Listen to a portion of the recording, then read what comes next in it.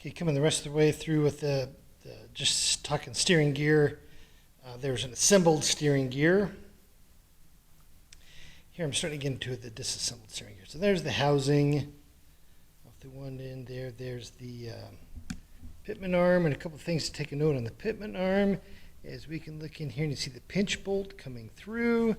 We've got a series of letters and numbers come through here.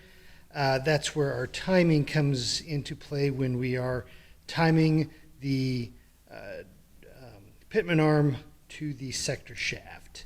And I'll demonstrate that in just a second here. Ball bearings. This is the part of the hydraulic control valve. I'll talk about that a little bit more in another segment.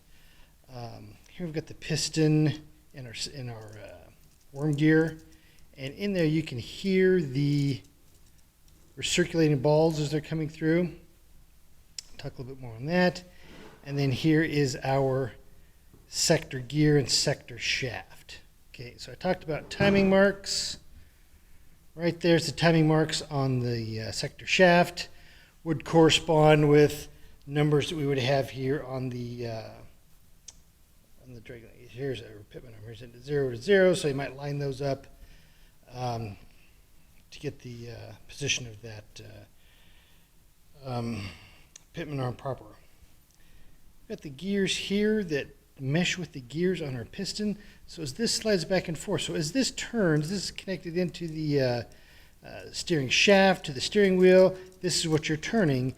Right now, this is turning in and out of the piston, but really when this is all back together is the worm gear is stationary, the piston slides back and forth, all right?